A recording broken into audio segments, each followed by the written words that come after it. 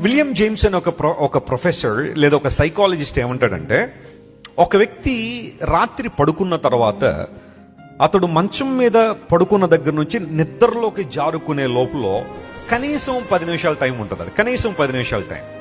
కొంతమంది ఉంటారు అనుకోండి, మంచం ఎక్కగా నిద్రపోయి గుర్రపెట్టి నిద్రపోయే వాళ్ళు ఉంటారు. వాళ్ళ గురించి నేను మాట్లాడడం లేదు.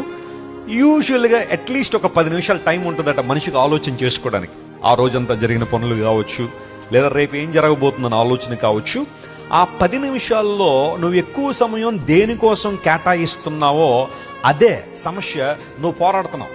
ఆ సమస్యతో నువ్వు పోరాడుతున్నావు. అదే నీ జీవితంలో అయితే ఆనందాన్ని కానీ లేదంటే కలవరాన్ని కానీ తీసుకొస్తుందని విలియం జేమ్స్ అని ఒక సైకాలజిస్ట్, మనస్తత్వ శాస్త్రం మీద అత్యధికమైన స్టడీ చేసిన ఒక శాస్త్రవేత్త చెప్పిన మాట.